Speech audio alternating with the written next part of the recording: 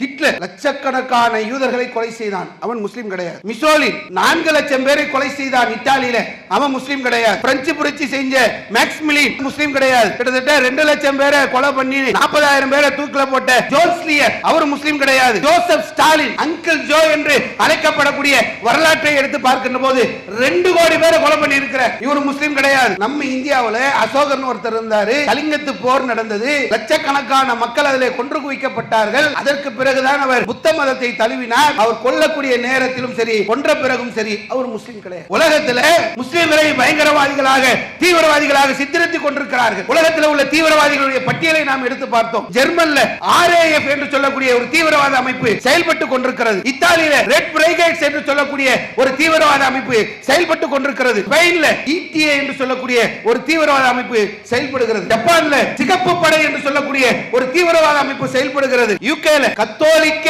கிறிஸ்தவ பிரிவை சேர்ந்த IRA என்று சொல்லக்கூடிய ஒரு தீவிரவாத அமைப்பு செயல்பட்டுக் கொண்டிருக்கிறது. பல உயிர்களை எடுத்தவங்க இவங்க எல்லாம். இலங்கையில விடுதலை புலிகள் நமக்கு தெரிஞ்சது. வெளிநாட்டுல இந்தியாவை எடுத்தீங்கன்னா தலை சுத்தி கீழே விழுந்துருவீங்க. உதாரணம் சொல்றேன், சவுத் ஏசியா டெரரிசம் போர்ட்டல் கூகுள்ல போய் தேடி பாருங்களேன். வெப்சைட் ஒன்னு இருக்கு, satp.org. இந்த வெப்சைட்டை நீங்க திறந்தீங்கன்னா சவுத் ஏசியாவில் உள்ள தீவிரவாத அமைப்புகளுடைய பட்டியல் வரும். சவுத் ஏசியாவில் உள்ள இந்த தீவிரவாத அமைப்புகளுடைய பட்டியலை நம்மளால படிக்க முடியல. தீவிரவாதத்தை கொண்டு செயல்பட்டு கொண்டிருக்கிறார்கள். தெரியுமா நமக்கு? இது யாராவது சொன்னாங்களா? முஸ்லீம்னா தீவிரவாதி, முஸ்லீம்னா பயங்கரவாதி, முஸ்லீம் மட்டும் தான் தீவிரவாதி, முஸ்லீம் மட்டும் தான் பயங்கரவாதி. அங்க பாருங்க பாலஸ்தீனத்துல, அங்கே நீங்க தானுங்க தீவிரவாதம். சிரியாவில் பாருங்க, அங்கே ஏன்னா அவன் சொந்த நாட்டுக்காக போராடிட்டு இருக்கிறவன தீவிரவாத லிஸ்ட்ல போடுவியா? இப்ப சொன்னமே 47,000 பேர், 17,000 குழந்தைகள் இந்த தேசத்திலே கொலை செய்யப்பட்டிருக்கிறார்கள். யாருடா தீவிரவாதி, யாரு பயங்கரவாதி? அன்பிற்குரிய சகோதரர்களே, சகோதரிகளே, தாய்மார்களே, பெரியோர்களே, மார்க்க விளக்க கூட்ட நிகழ்ச்சியிலே நாம் எல்லாம் இங்கு ஒன்று கூடியிருக்கின்றோம். இதிலே எதிர்ப்பில் வளர்ந்த இஸ்லாம் என்ற தலைப்பிலே என்னை உரை நிகழ்த்த சொல்லியிருக்கின்றார். இந்த உலகத்திலேயே இன்று இருக்கக்கூடிய கொள்கைகளில், சித்தாந்தங்களில், மதங்களில் அதிகமான விமர்சனங்களை சந்திக்கக்கூடிய ஒரு கொள்கை இருக்கிறது என்று சொன்னால் அது இஸ்லாமிய மார்க்கம்தான். எத்தனையோ சித்தாந்தங்கள், எத்தனையோ மதங்கள் இந்த உலகத்தில் இருந்தாலும் அவைகளை விமர்சிப்பதை விட இஸ்லாம் என்று சொல்லக்கூடிய இந்த சித்தாந்தத்தை தான் உலகத்தில் உள்ள பெரும்பாலான மக்கள் விமர்சனம் செய்து கொண்டு இருக்கின்றார்கள்.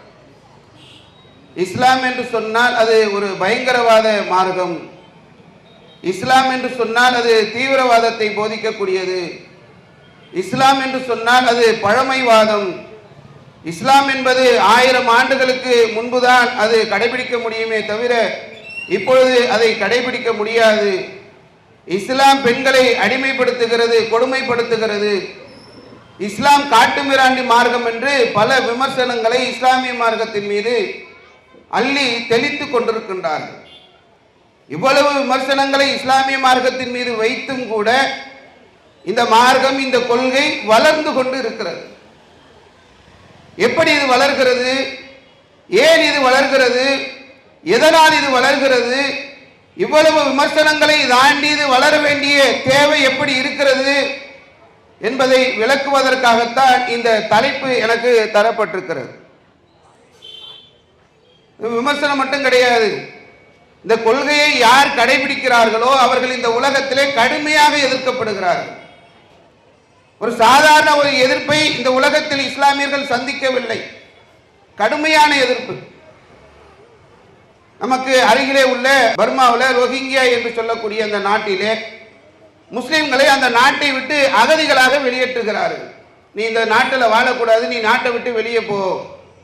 கப்பலிலே அகதிகளாக அந்த மக்கள் அந்த நாட்டை விட்டு எங்காவது தஞ்சம் புகுந்து விடலாம் என்று சொல்லி அவர்கள் சென்று கொண்டிருக்கிறார்கள். ஆயிரக்கணக்கான மக்களை ஏற்றி சென்ற கப்பல்கள் கவிழ்ந்து அவர்கள் கடலிலே மாய்ந்து போகக்கூடிய ஒரு நிலை ஏற்படுகிறது. பாலஸ்தீனத்திலே சமீபத்திலே பல்லாயிரக்கணக்கான முஸ்லிம்களும் பெண்களும் குழந்தைகளும் கொலை செய்யப்பட்டுக் கொண்டிருக்கிறார்கள். ஏறத்தாழ இதுவரைக்கும் 47,000 பேர் கொலை செய்யப்பட்டிருக்கிறார்கள். முஸ்லிம்களாக இருக்கக்கூடியவர்கள் இந்த நாட்டிலே கடுமையான எதிர்ப்பை சந்தித்துக் கொண்டே இருக்கிறார்கள்.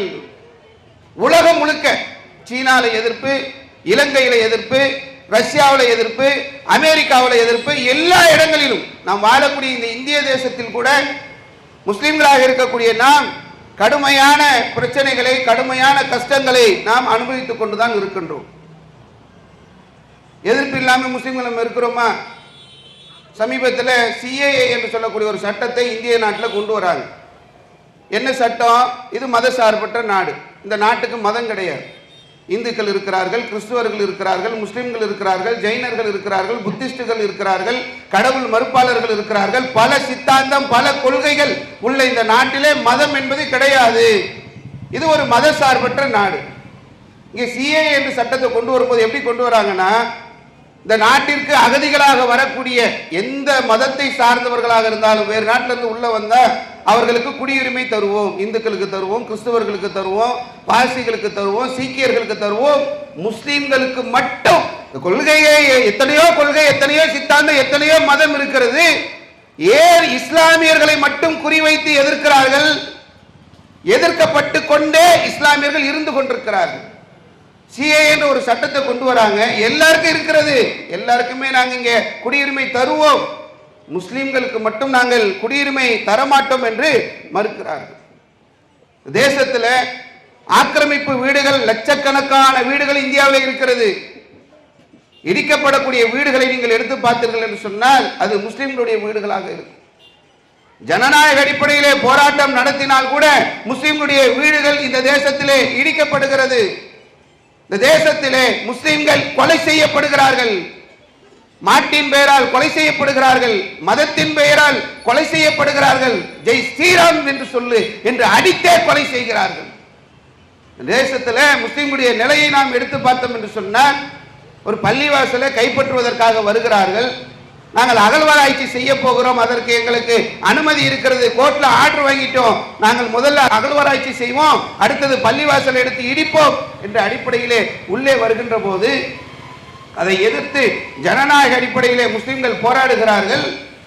குருவிய சுடுற மாதிரி 6 பேரை சுட்டு கொலை செய்தார்கள். எவ்வளவு கடுமையான எதிர்ப்புகளை இந்த உலகத்திலே முஸ்லிம்கள் சந்தித்துக் கொண்டிருக்கிறார்கள்.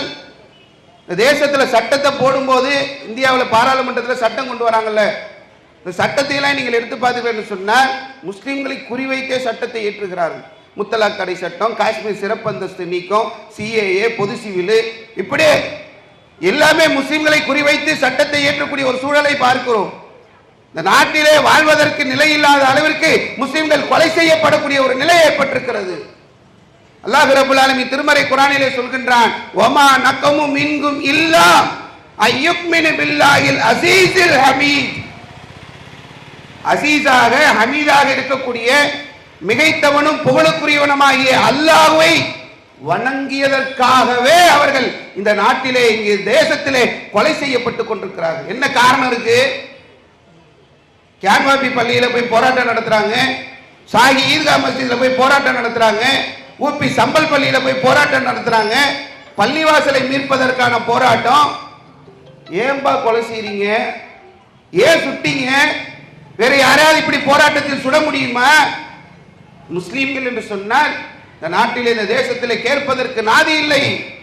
அல்லாஹ்வை வணங்குகிறார்கள் என்ற ஒரே காரணத்திற்காக முஸ்லீம்கள் இந்த தேசத்திலே கொலை செய்யப்பட்டுக் கொண்டிருக்கிறார்கள். எல்லா இடத்திலையும், இலங்கையில கொல்றா, ரோஹிங்கியால கொல்றா, பாலஸ்தீனத்துல கொல்றா, ரஷ்யாவில் கொல்றா, அமெரிக்காவில் கொல்றா, பிரிட்டன்ல கொல்றா, இத்தனை இடங்களில் கொலை செய்யப்பட்டு கூட இந்த கொள்கை வளருகிறது. ஒரு பக்கம் விமர்சனம், ஒரு பக்கம் கடுமையான எதிர்ப்பு, கடுமையான பிரச்சனைகளை இஸ்லாமியர்கள் சந்தித்துக் கொண்டிருக்கிறார்கள். ஆனாலும் இஸ்லாம் என்பது வளர்ந்து கொண்டே இருக்கிறது. ஆச்சரியமா இருக்கு. இஸ்லாத்துடைய அடிப்படை ஆரம்பத்தை நீங்க எடுத்து பாருங்களேன். அல்லாஹ்வுடைய தூதர் அவர்கள் தூதராக நியமிக்கப்பட்ட பிறகு அவர்களுக்கு சில காலங்கள் வகி நின்று விட்டு அடுத்ததாக வந்த வகி, உங்களுடைய குடும்பத்தாரை அழைத்து நீங்கள் இந்த கொள்கையை சொல்லுங்கள். நபி ஸல்லல்லாஹு அலைஹி வஸல்லம் எல்லாத்தையும் அழைக்கிறாங்க. எல்லாரையும் அழைத்து சஃபா மலையின் மீது நின்று கொண்டு இந்த ஏகத்துவ கொள்கை, இந்த இஸ்லாமிய மார்க்கத்தை எடுத்து சொல்கிறார்கள். சொல்லும் போது கூட எவ்வளவு அழகாக, ஒரு பொறுப்பாக இந்த மக்களுக்கு புரிய வைக்கின்ற அளவுக்கு அல்லாஹ்வுடைய தூதர் சொன்னார்கள். இந்த மலைக்கு பின்னால் உங்களை தாக்குவதற்கு ஒரு கூட்டம் வருகிறது என்று நான் சொன்னா நீங்க நம்புவீங்களா? அந்த மக்கள் சொன்னாங்க, நம்புவோம். நீங்க பொய் பேச மாட்டீங்க, நீங்க இதுவரை அமானித மோசடி செய்தது கிடையாது, எங்களுக்கு முன்னாடி அழகான ஒரு தெளிவான வாழ்க்கையை வாழ்ந்திருக்கிறீர்கள், நீங்கள் சொன்னால் நாங்கள் நம்புவோம் என்று சொன்னதற்கு பிறகு நபி ஸல்லல்லாஹு அலைஹி வஸல்லம் சொன்னார்கள், அல்லாஹ் ஒருவன் தான், நான் அவனுடைய தூதராக அனுப்பப்பட்டிருக்கிறேன் என்று சொன்ன அந்த நேரத்திலேயே உடனே எதிர்ப்பு கிளம்புகிறது. இஸ்லாம் என்று சொன்னால், இஸ்லாமிய மார்க்கம் என்ற அந்த சித்தாந்தத்தை நாம் கையில் எடுத்தோம் என்று சொன்னால் அது எதிர்க்கப்படும் என்பதற்கு முதல் அளவுகோல் அல்லாஹ்வுடைய தூதர் தன்னுடைய பிரச்சாரத்தை ஆரம்பிக்கக்கூடிய அந்த நேரத்திலே ஆரம்பித்தது. அபூலஹப் அந்த நேரத்திலே மண்ணை தூக்கி வீசுகிறான். அல்லாஹ்வுடைய தூதரை நேசமாக பாசமாக வளர்த்தவன், அல்லாஹ்வுடைய தூதருடைய பிறப்பு செய்தியை கேட்கின்ற அந்த நேரத்திலே ஒரு அடிமையை விடுதலை செய்தவன், அல்லாஹ்வுடைய தூதரை வளர்ப்பதற்கு போட்டி போட்டவன். அப்படிப்பட்ட அபூலஹப் இந்த செய்தியை, இஸ்லாமுடைய அந்த தாரக மந்திரத்தை கேட்ட அந்த மாத்திரத்திலேயே உடனே எதிர்க்க ஆரம்பிக்கிறான் என்பதை இஸ்லாம் துவங்கக்கூடிய அந்த காலகட்டத்திலேயே நாம் பார்க்கிறோம். எதிர்க்கிறாங்க, இதை அழிக்க வேண்டும் என்று நினைக்கிறார்கள், இதற்கு எதிராக பிரச்சாரம் செய்கிறார்கள், முஸ்லிம்களை கடுமையான நெருக்கடிக்கு உள்ளே ஆக்குகிறார்கள். ஆனாலும் இஸ்லாம் வளர்கிறது. எப்படி இது? அல்லாஹ்வுடைய தூதரங்க எவ்வளவு கஷ்டப்படுத்தினாங்க. 2 4 ஆகுது, 4 8 ஆகுது, 8 10 ஆகுது, 10 100 ஆகுது, 100 1000 ஆகுது, 1000 2000 ஆகிறது, வளர்ந்து கொண்டே இருக்கிறது.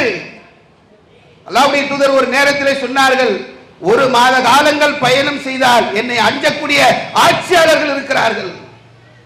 தன்னந்தனியாக ஆரம்பிக்கப்பட்ட இந்த ஏகத்துவ பிரச்சாரம், சொந்த பந்தங்களில் இருந்து எதிர்ப்புகளோடு ஆரம்பிக்கப்பட்ட இந்த ஏகத்துவ பிரச்சாரம், ஊர் மக்களுடைய எதிர்ப்புகளோடு ஆரம்பிக்கப்பட்ட இந்த ஏகத்துவ பிரச்சாரம், இந்த இஸ்லாம் வளர்ந்து கொண்டே இருக்கிறது என்பது மிகப்பெரிய ஆச்சரியமான ஒரு விஷயம்.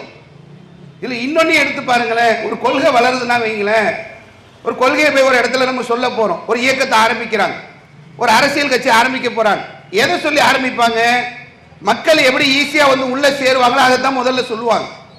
மக்களை எதை சொன்னால் ஈர்க்க முடியுமோ அதை சொல்லித்தான் ஒரு கொள்கையை பிரச்சாரத்துடைய ஆரம்ப கட்டங்கள் இருக்கும். நீ எந்த கொள்கை வேணாலும் எடுக்கலாம். இப்ப சமீபத்தில் விஜய் என்று சொல்லக்கூடிய சினிமா கூத்தாடி ஒரு அரசியல் கட்சி ஆரம்பித்தார். ஆரம்பிக்கும் போது அவருடைய கட்சியுடைய நிலைமையை நீங்க எடுத்து பாருங்களேன். ஒரு பக்கம் பெரியாருக்கு கட் அவுட், ஒரு பக்கம் அம்பேத்கருக்கு கட் அவுட், இன்னொரு பக்கம் விடுதலை போராட்ட வீரர்களுக்கு கட் அவுட், இந்த பக்கம் அது இதுன்னு ஒரு சித்தாந்தத்தை, எங்களுடைய சித்தாந்தம் இதுதான். ஏன் தமிழ் பேசக்கூடிய தமிழ் மொழி பற்றாளர்கள் இங்கே வாங்க, நாங்கள் தமிழ் மொழிக்கு ஆதரவானவர்கள்.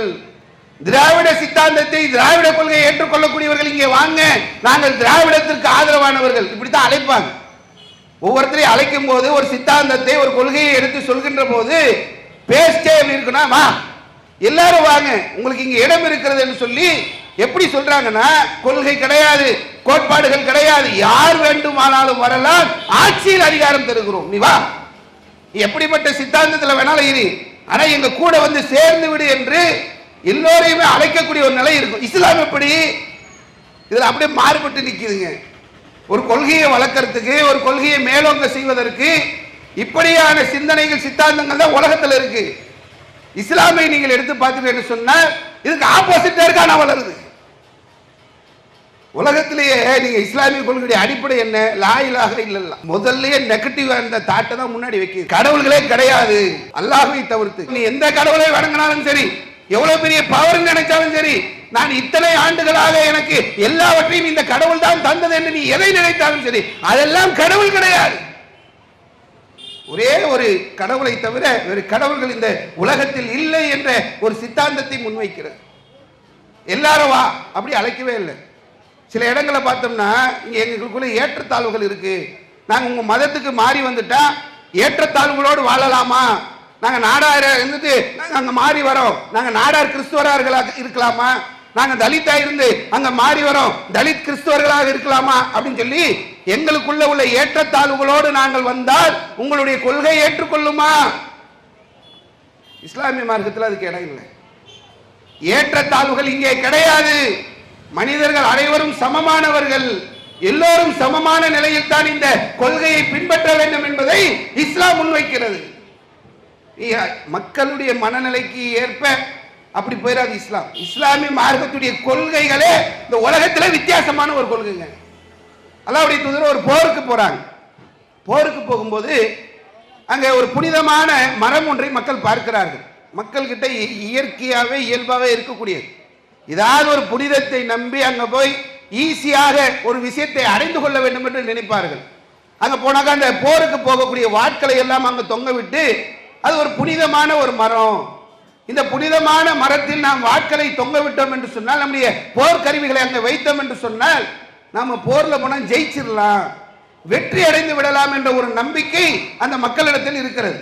இந்த போருக்கு போகும்போது இதை பார்த்த உடனே நபிகள் நாயகத்துக்கிட்ட அந்த மக்கள் கேட்கிறாங்க, இஜா அல்லனா தாத்து அன்வார் கமாலகு தாத்து அன்வார், அவர்களுக்கு ஒரு புனித மரம் இருப்பது போன்றே எங்களுக்கு ஒரு புனித மரத்தை நீங்க ஏற்படுத்தி தாங்கன்னு கேட்கிறாங்க. அங்க இருக்கிற மாதிரி இங்க கொடுங்களேன். இந்த கொள்கையில அப்படியான சித்தாந்தங்களுக்கு இங்கு இடமில்லை, அதற்கான வழி இல்லை, அதற்கான வாய்ப்பில்லை என்பதை அல்லாஹ்வுடைய தூதர் அவர்கள் கடுமையாக மறுத்து விடுகிறார்கள். அப்போ இஸ்லாம் வளருது. அவன் மக்கள் நினைக்கிற மாதிரி ஈஸியா பழகிற மாதிரி, அவங்களுக்கு பிடிச்ச மாதிரி, ஊரோடு ஒன்றி போய் விடுகிற மாதிரி எல்லாம் கேட்கிறாங்க. அல்லாஹ்வுடைய தூதர் அவர்கள் அதற்கு எல்லாவற்றிற்கும் மறுப்பு தெரிவித்து விடுகின்றார்கள் என்பதை நம்ம பார்க்கணும். இந்த இஸ்லாம உலக ஆதாயம் உள்ளவங்க எதிர்க்க தானே செய்வான். வரதட்சணை வாங்கக்கூடாதுன்னா, வரதட்சணை வாங்கணும்னு நினைக்கிறவன் இதை எதிர்ப்பான். வட்டி வாங்கக்கூடாது என்று சொன்னால் வட்டி வாங்க வேண்டும் என்று நினைப்பவன் இதை எதிர்ப்பான். அதிகாரத்தில் உள்ளவர்கள் எங்களுடைய நிலை உயர்ந்த இடம், எல்லா மக்களையும் எங்களுக்கு சரிசமமாக அமர வைக்க முடியாது என்று நினைக்கக்கூடியவர்கள் இதை எதிர்ப்பார்கள். ஆதிக்க வர்க்கத்தினர் எதிர்ப்பார்கள். இப்படியெல்லாம் இதை எதிர்த்து கொண்டிருக்கிறார்கள். ஆனாலும் இது வளர்கிறது. இது ஆச்சரியம், மிகப்பெரிய ஒரு ஆச்சரியமாக இந்த கொள்கை, இந்த சித்தாந்தம், இது போதிக்கக்கூடிய விஷயங்கள் நிச்சயமாக இந்த கொள்கை, இந்த சித்தாந்தம் அழியத்தான் செய்திருக்க வேண்டும் என்ற உலக மக்கள் நினைக்கின்ற போது இஸ்லாம் வளர்கிறது. போன நூற்றாண்டில் பேசப்பட்ட கம்யூனிஸ்ட் சித்தாந்தம் இந்த நூற்றாண்டில் வீழ்ச்சி அடைந்து கொண்டிருக்கிறது. 1400 ஆண்டுகளாக இஸ்லாம் வளர்ந்து கொண்டே இருக்கிறது. எவ்வளவு பெரிய ஆச்சரியம்! இதை அழிக்கணும்னு நினைக்கிறான், இதை ஒடுக்கணும்னு நினைக்கிறான், இதை கடைபிடிக்கக்கூடிய மக்களுக்கு கடுமையான நெருக்கடிகளை தருகிறார்கள், அவர்களை சிறையில் அடிக்கிறார்கள், அவர்கள் மீது வழக்கு போடுகிறார்கள், அவர்களை கொலை செய்கிறார்கள். நீ என்ன செய்தாலும் இந்த கொள்கை வளர்கிறது என்று சொன்னால், உலகத்தில் ஒரு ஆய்வு ஒன்று செய்யறாங்க. இப்போ சமீபத்தில் செய்யப்பட்ட ஆய்வு, உலகத்தில் எல்லா இடங்களையும் முஸ்லிம்களாக அனைவரும் மாறிக்கிட்டு இருக்கிறாங்க, இஸ்லாமிய கொள்கையின் மக்கள் சாறை சாறையாக போயிட்டு இருக்கிறாங்க அப்படின்னு சொல்லி ஆய்வு செய்து விட்டு இந்த ஆய்வினுடைய முடிவாக சொல்கின்றான், 3 ஒருவர் முஸ்லீமாக இருப்பார். 2050 3 பேர் இருக்கிறாங்கன்னா அதுல ஒருத்தர் முஸ்லீமாக இருக்கக்கூடிய அளவிற்கு இந்த கொள்கை வளர்ந்து கொண்டே இருக்கிறது என்பதை சொல்கின்றார்கள். அதே மாதிரி நீங்க எடுத்து பார்த்தீர்கள் என்று சொன்னால், அமெரிக்காவில், பிரிட்டன் போன்ற பகுதிகள் எல்லாம் தேவாலயங்கள் பள்ளிவாசலாக மாறிக்கொண்டிருக்கிறது. அங்க இருக்கக்கூடிய தேவாலயங்களை அப்படியே எல்லாருமே அங்கே முஸ்லிம்களாக மாறிவிட்டார்கள் என்பதற்காக அவைகள் இன்று பள்ளிவாசல்களாக மாறக்கூடிய ஒரு நிலை ஏற்பட்டிருக்கிறது. இந்தியாவை நீங்க எடுத்து பார்த்தீர்கள் என்று சொன்னால், நம்ம சுத்தி இருக்கக்கூடிய, நம்ம ஆட்சி செய்யக்கூடிய பாசிச ஆட்சியாளர்கள் இருக்காங்கல்ல, இவங்களுக்கு ஒரு எப்பவுமே ஒரு கதி கலங்கிக்கிட்டே இருக்கு. எவ்வளவு நம்ம எதிர்க்கிறோம், இந்த கொள்கை சார்ந்த அந்த மக்கள் வளர்ந்து கொண்டே இருக்கிறார்களே.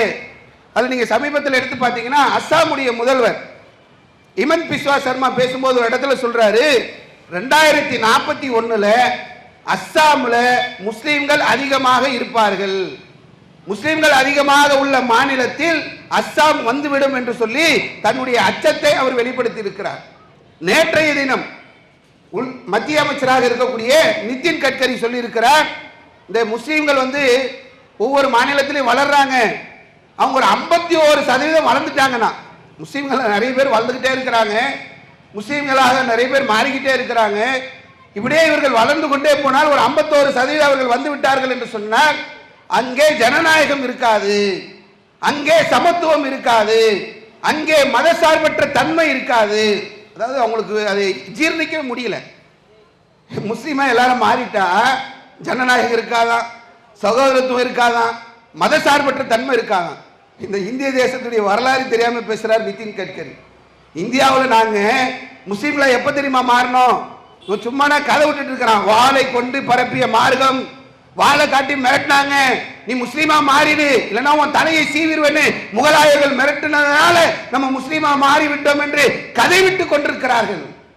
இஸ்லாம் இந்தியாவில் வளர்ந்த வரலாறை நீங்கள் எடுத்து பார்த்தீர்கள் என்று சொன்னால், நபி ஸல்லல்லாஹு அலைஹி வஸல்லம் அவங்க காலத்திலேயே அரேபியர்கள் வியாபாரத்திற்காக கேரள கடற்கரையோரம் வந்து கேரளாவில் தமிழகத்திலே எல்லாம் வந்து இந்த இஸ்லாமிய மார்க்கத்தை அவர்கள் கடைபிடிக்கக்கூடிய அந்த காலகட்டத்திலே அவர்களிடத்தில் இருந்த சகோதரத்துவத்தை பார்த்து அவர்களிடத்தில் இருந்த நேர்மையை பார்த்துத்தான் இந்த இஸ்லாம் இந்தியா மண்ணிலே வேரூன்றியது. இது இந்த நிதின் கட்கரிக்கு தெரியல. என்ன சொல்றாருன்னா 51% முஸ்லிம்கள் வந்து விட்டார்கள் என்று சொன்னால் சகோதரத்துவம் போயிருமா. பள்ளிவாசல்ல வந்து பாரு, நிதின் கட்கரி அவர்களே, இஸ்லாமியர்களுடைய பள்ளிவாசலில் வந்து பாருங்கள், எங்கே சமத்துவம் இருக்கிறது என்பதை நீங்கள் அறிந்து கொள்வீர்கள். பள்ளிவாசல்ல வந்தா பணக்காரன் ஏழை, வெள்ளக்காரன் கருப்பன், ஒசந்தவன் கீழே எதுவுமே கிடையாது. எல்லோரும் சமமாக ஒரே அணியாக நின்று வணக்க வழிபாடுகளை நிகழ்த்தக்கூடியதை அவர் வந்து புரிந்து கொள்ளாமல் இருக்கிறார். நிறைய அவதூறு, நிறைய எவ்வளவு அவதூறு மேல அவதூறு கொட்டிக்கிட்டே இருப்பான். இப்ப இல்ல, அல்லாஹ்வுடைய தூதர் காலத்துல இருந்தது. சுமாமா என்று சொல்லக்கூடிய ஒருத்தரை கொண்டு வந்து பள்ளிவாசல்ல கட்டி வச்சிருக்கிறாங்க. அல்லாஹ்வுடைய தூதர் வந்து சுமாமாவை வந்து பார்க்குறாங்க. என்ன சுமாமா, என்ன விஷயம்? சுமாமா சொல்றாரு, நீங்க என்ன கொலை செய்யறதுக்கு நான் தகுதியான ஆள். ஏன் சுமாமா என்ன பண்ணியிருக்காருன்னா, நபி தோழர்கள் போனாங்களா, அவங்கள பிடிச்சி சித்திரவதை பண்றது, கொலை பண்றதுன்னு வரம்பை மீறிய செயல்களில் ஈடுபட்டவர். பிடிச்சிட்டு வந்து இன்னைக்கு முஸ்லீம்களுடைய கஸ்டடிக்கு வந்துட்டார். அப்போ அவங்க சுமாமா சொல்றாங்க, நீங்க என்ன கொலை செய்யலாம், நான் தகுதியான ஆள், பழி தீர்ப்பதற்கு தகுதி உள்ள ஆள் நான். நீங்கள் என்னை மன்னித்து விட்டீர்கள் என்று சொன்னால் நான் உங்களுக்கு நன்றி உள்ளவனாக இருப்பேன் அப்படின்னு சொல்லி சொல்றாங்க. அல்லாஹ்வுடைய தூதர் விட்டுட்டு போயிட்டாங்க. மறுநாள் வந்து சுமாமாவை கேட்கிறாங்க, என்ன சுமாமா? அதே தான் சொல்றாங்க, நீங்க பழி தீர்க்கணும்னா அதுக்கு தகுதியான ஆள் தான் நான், நீங்க என்ன மன்னிச்சிட்டீங்கன்னா நான் நன்றியோடு இருப்பேன். திரும்ப 3வது நாள் வராங்க. 3வது நாள் அதே சொன்ன உடனே அல்லாஹ்வுடைய தூதர் அவரை அவிழ்த்து விட்டுறாங்க. அவிழ்த்து விட்ட உடனே என்ன ஆகணும்? இஸ்லாமியர்களை எதிரிகளாக, இஸ்லாமியர்களை பயங்கரவாதிகளாக, இஸ்லாமியர்களை துரோகிகளாக பார்த்திருந்த சுமாமா என்ன கொண்டு வந்து உங்க பள்ளிவாசல்ல கட்டி வச்சு என்ன கைதியா நடத்துறீங்களா? எங்க ஊருக்கு வா பார்க்கிறேன் என்று ஊருக்கு போயிருக்கணும். சுமாமா ஊருக்கு போல, பக்கத்தில் இருக்கக்கூடிய பேரித்தம்பளம் தோட்டத்திற்கு செல்கிறார், குளிக்கிறார், தூய்மை அடைகிறார், மீண்டும் அல்லாஹ்வுடைய தூதரிடத்தில் வருகிறார். அவர் வந்து சொன்ன வார்த்தைகள் இருக்கிறது, இந்த உலகத்திலேயே எனக்கு வெறுப்புக்குரிய ஒரு கொள்கை இருந்தது என்று சொன்னால், இந்த அவதூறு, இந்த பிரச்சாரங்கள், இந்த விமர்சனங்கள்லாம் போய் சேர்ந்த நேரத்திலே அவர் சுமாமாவுடைய எண்ணம் எப்படி இருந்தது என்று சொன்னால், இந்த உலகத்திலே எனக்கு ஒரு வெறுப்புக்குரிய ஒரு கொள்கை இருக்கிறது என்று சொன்னார், அது உங்களுடைய இஸ்லாம் தான். ஆனால் இன்று நான் உண்மையிலே விரும்பக்கூடிய ஒரு கொள்கை இருக்கிறது என்று சொன்னால் அது இஸ்லாம் தான். இந்த உலகத்திலே எனக்கு வெறுப்புக்குரிய ஒரு மனிதர் இருக்கிறார் என்று சொன்னால் அது முகம்மது ஆகி நீங்கள் தான். உங்களை பத்தி அவ்வளவு அவதூறுகள், அவ்வளவு விமர்சனங்கள், அவ்வளவு பொய்யான குற்றச்சாட்டுக்கள் எங்க கிட்ட வந்துகிட்டே இருந்தது. உங்களை எனக்கு பிடிக்கவே பிடிக்காது. ஆனால் இன்னைக்கு உலகத்திலே நான் அதிகமாக நேசிக்கக்கூடிய ஒருவர் இந்த உலகத்தில் இருக்கிறார் என்று சொன்னார் முகம்மது ஆகிய நீங்கள் தான் என்று சொல்லிவிட்டு தன்னை முஸ்லீமாக மாற்றிக்கொள்கிறார்.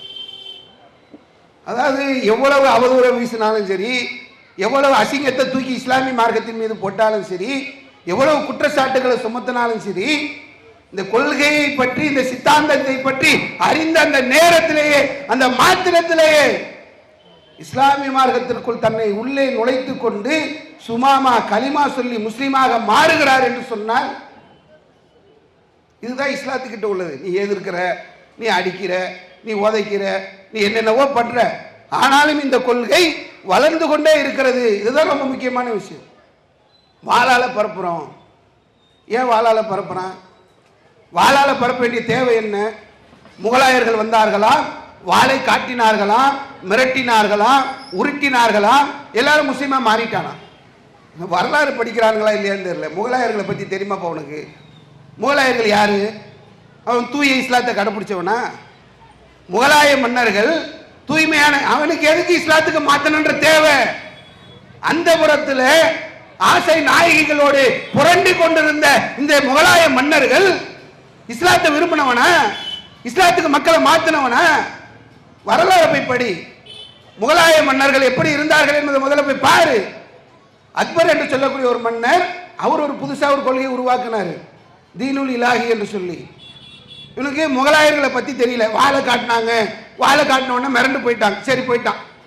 இங்க இருக்கிற முஸ்லீம் எல்லாம் வாழை காட்டி பயந்து போனவன் தானே. நீ இப்ப கூப்பிட்டல, கர்வாப்சி பழைய தாய் மதத்திற்கு திரும்பி வா. சும்மா கூப்பிடல, 5 லட்சம் தரேன்னா. முஸ்லீமாக இருக்கக்கூடியவர்கள் தங்களுடைய தாய் மதத்திற்கு மாறி வந்தால் 5 லட்சம். யார்பா வந்தா? ஆசை வார்த்தையை காட்டினாய், பயமுறுத்துகிறாய், உருட்டுகிறாய், மிரட்டுகிறாய், ஜெய் ஸ்ரீராம் சொல் என்று அடிக்கிறாய். யார் உன்னுடைய தாய் மதத்துக்கு வர்றது? இது இஸ்லாமிய மார்க்கத்துடைய அடிப்படை தெரியல. வாழை காட்டி மிரட்டுறான். வாளை காட்டி மிரட்டித்தான் இந்த கொள்கையை வளர்த்திருக்கிறார்கள். தெளிவாக இஸ்லாம் சொல்கிறது, இந்த மார்க்கத்தில் எந்த நிர்பந்தமும் கிடையாது. இந்த மார்க்கம் யாரையும் நிர்பந்திக்கவும் செய்யாது. இங்க இருக்கக்கூடிய எங்கல்ல யாராவது இந்த கொள்கை விட்டு போக வேண்டும் என்று விரும்பினால் அவர் இந்த கொள்கை விட்டு தாராளமாக போய்கொண்டே இருக்கலாம். இஸ்லாம் சொல்கிறது, இங்க நிர்பந்தம் கிடையாது. யாரு விரும்பி நம்பிக்கை கொள்கிறீர்களோ அவங்க விரும்பி இங்க இருங்க. யார் இதை மறுத்துவிட்டு செல்கிறீர்களோ அவர்கள் மறுத்துவிட்டு செல்லுங்கள் என்பதை இஸ்லாம் தெல்ல தெளிவாக திருமறை குர்ஆன் சொல்கின்றது. ஃபமன் ஷாஃபல் யக்மீன், விரும்பியவர்கள் நம்பிக்கை கொள்ளுங்கள். வமன் ஷாஃபல் யக்ஃபுர், விரும்புறவங்க மறுத்துட்டு போயிரு, விரும்புறவங்க இருங்க, விரும்புறவங்க வெளியே செல்லுங்கள் என்று இஸ்லாம் தெல்ல தெளிவாக சொல்லக்கூடிய ஒரு நிலையை பார்க்கணும். நீ அடிச்சாலும் சரி, நீ பறிச்சாலும் சரி, நீ உதைச்சாலும் சரி, நீ வழக்கு போட்டாலும் சரி, நீ கொலை பண்ணாலும் சரி, இந்த மார்க்கத்தில் தான் நாங்கள் இருப்போம் என்பதற்கு இந்தியாவில் உள்ள 30 கோடி முஸ்லிம்கள் சாட்சியாக இருந்து கொண்டிருக்கிறோம். 30 கோடி முஸ்லிம்களும் எவ்வளவு அடக்குமுறை, எவ்வளவு நிலைகள் வந்தாலும் இதிலிருந்து மாற மாட்டோம் என்பதில் வாழ்ந்து கொண்டிருக்கிறோம். எங்களுக்கு இஸ்லாம் அப்படிதான் சொல்லுது, கஷ்டப்படாம சொர்க்கத்துக்கு வரவே முடியாது. எவ்வளவு கஷ்டம் தெரியும், அதை வச்சு நாங்கள் சொர்க்கத்துக்கு போயிடுவோம். இறை தூதர்கள் அப்படிதான் எங்களுக்கு சொல்லி வளர்த்தாங்க. அல்லாஹ்வுடைய தூதருடைய ஆரம்ப காலகட்ட பிரச்சாரம் எதிர்ப்பில் தான் இருந்தது, எதிர்ப்பதான் சந்திச்சாங்க. எந்த அளவுக்கு எதிர்ப்புனா, தன் சொந்த ஊர்ல வாழ முடியல, ஊரை விட்டு வெளியே போனாங்க. ஹிஜ்ரத் செஞ்சு நாடு விட்டு நாடு போனார்கள். தெரியும் எங்களுக்கு, நீ அடிப்ப, விரட்டுவ, உதைப்ப, எங்களை அகதியாக்க நினைப்ப, எல்லாமே தெரியும். இப்ராஹிம் நபி இந்த பிரச்சாரம் பண்ணல, 10 மாச பிரச்சாரம், அதான் பிரச்சாரமே. பிரச்சனை வரும், அடிப்பான், ஊர் நீக்க செய்வான், வழக்கு போடுவான். கொள்கையில இருக்க வேண்டும் என்பதுதான் எங்களுடைய பிரச்சாரமே. இப்ராஹிம் நபி அதைத்தான் சொன்னார்கள். அவங்க வரலாறு அதைதான் சொல்லுது. எதிர்ப்பார்கள், நெருப்புல தூக்கி போட்டான், அதற்கு தயாரா இருந்தாங்க. மூசா நபி அந்த மக்களுக்காக குரல் கொடுத்தார்கள். அர்சில் மானா பனி இஸ்ராயில், இஸ்ராயில் மக்களுக்கு நீ விடுதலை கொடு, என்னோடு அனுப்பு என்று குரல் எழுப்பினார்கள். ஃபிரௌன் எதிர்த்தான். ஈசா நபி, இயேசு இருக்கிறாங்கல்ல, கிறிஸ்துவர்கள் கடவுளா நினைச்சு கும்பிடுறாங்களே இயேசு, அவங்க எவ்வளவு கஷ்டப்பட்டாங்க தெரியுமா, எவ்வளவு சிரமத்தை அனுபவிச்சாங்க தெரியுமா. இறை தூதர்களாக வந்த எல்லோரும் இந்த உலகத்திலே சிரமத்தை அனுபவித்திருக்கிறார்கள் என்பதை நினைத்துத்தான் இந்த உலகத்தில் நாங்கள் வாழ்ந்துட்டு இருக்கிறோம். பயமுறுத்தாத, இந்த மக்கள் வர்றதை தடுக்கிறாராம் இவர். இஸ்லாத்தின் பால் வரக்கூடிய மக்களை வரவிடாமல் தடுக்கிறாங்களாம். நிறைய விமர்சனம் பண்ணான். எடுபடலன்னு இப்போ என்னன்னா, சினிமா படம் எடுக்க ஆரம்பிச்சிட்டாங்க. என்னவா, முஸ்லீம்கள் எப்படிப்பட்டவங்க தெரியுமா, ஒரு படம் ஒன்று, காஷ்மீர் ஃபைல்ஸ். இஸ்லாமியர்கள் இந்து பண்டிட்டுகளை, மத குருமார்களை கொலை செய்தவர்கள் படத்தில் அதுக்கான ஒரு கடுமையான மத வெறுப்பை ஊற்ற மாதிரி காட்சிகளை வைத்து காஷ்மீர் ஃபைல்ஸ்னு ஒரு படம், கேரளா ஸ்டோரின்னு ஒரு படம். அது என்ன, கிட்டத்தட்ட 30,000 இந்து பெண்களை லவ் ஜிகாத் மூலமாக மதம் மாற்றம் செய்து தீவிரவாதிகளுக்கு சப்ளை செய்கிறார்கள். பிரதமர் மோடி இதை தூக்கி விடுறார். போய் பாருங்க, முக்கியமான படம், இதை போய் நீங்க எல்லாரும் பாருங்க என்று சொல்லி காஷ்மீர் ஃபைல்ஸ், கேரளா ஸ்டோரியை போய் பாருங்கன்ற. ராசாக்கர் ஒரு படம் எடுத்திருக்கான். அதே மாதிரி எடுத்தோம்னு சொன்னாக்கா கோட்சேன்னு ஒரு படம். இந்த ராசாக்கர் படத்தை எடுத்து பார்த்தீங்கன்னு வைங்களேன், முன்னாடி சொன்னாங்க வரலாறா காட்டுங்கடா, அவுரங்கசீப் கோயிலை இடிச்சாங்கன்னீங்களே, என்ன வரலாறு, அது உண்மையை சொல்லுங்க. திப்பு சுல்தானை பற்றி சொல்றீங்களா, அது உண்மையை சொல்லுங்க. திப்பு சுல்தானுடைய வரலாறை மொத்தமாக மாத்துறானுங்க. திப்பு சுல்தான் அவர் இந்துக்களை எதிர்த்தாரு, இந்துக்களை கொலை பண்ணாரு, அப்படி பண்ணாரு, இப்படி பண்ணாருன்றான். வரலாறு எடுத்து படிச்சா ஒரு மன்னர் வரார். அந்த மன்னருடைய மனைவியை திப்பு சுல்தான் அரண்மனையில் உள்ள ஒருவன் தவறாக அணுகுகிறான். அரண்மனையில் இருந்த அவனை திப்பு சுல்தான் கொலை செய்திருக்கிறார். இது வரலாறு. நீதி என்பது உன்னுடைய ஆட்சியில் நிலைநாட்டப்படும் என்று இந்து மன்னர்கள் சொன்ன வரலாற்றை தூக்கி வீசிவிட்டு பொய் கதையை நீங்க எடுக்கிறான். ராசாக்கர்னு ஒரு படம். என்ன படம் இது, ஹைதராபாத்னு ஒரு பகுதி. நிஜாம் ஒருத்தர் ஆட்சி செய்து கொண்டிருந்தார். இந்தியா சுதந்திரம் அடைந்த பிறகு ஒரு குறிப்பிட்ட காலத்தில் அது அதற்கு பிறகுதான் அது இந்தியாவோடு இணைக்கப்படுகிறது. எல்லா வரலாறும் இருக்கு. ஆனால் இந்த ராசாக்கர் படம் என்ன சொல்கிறது என்று சொன்னால், இந்துக்களை முஸ்லிம்களாக மதம் மாற சொல்லி அந்த ஹைதராபாத் நிஜாம் கொலை செய்தார். படத்துடைய காட்சிகளை பார்க்கும்போது நம்ம உள்ளத்திலேயே ஒரு பெரிய அச்சத்தை ஏற்படுத்துது. அந்த பெண்கள் பேசக்கூடிய வசனங்கள், அந்த வரக்கூடிய அந்த கோரமான காட்சிகள், இதையெல்லாம் அவங்களுடைய உள்ளத்தில் போய் போட்டு போவாத, இப்படிப்பட்ட மார்க்கம் பத்தியா வாழை கொண்டு மறப்பினானுங்க, பயங்கரவாத மார்க்கம், தீவிரவாத மார்க்கம், நீ போயிடாத நீ போயிடாத என்று தடுக்கிறார்கள். சாலை சாலையாக இந்த கொள்கையை நோக்கி வந்து கொண்டிருக்கிறார். அதுதான் இஸ்லாம். ஒரு உதாரணம் சொல்லட்டுமா? அமெரிக்காவில் 2001 WTC என்று சொல்லக்கூடிய வேர்ல்ட் ட்ரேட் சென்டர், உலக வர்த்தக மையம், இது என்ன பண்றானாக்கா, அமெரிக்க அரசு திட்டமிட்டு அதை இடிக்கிறான்.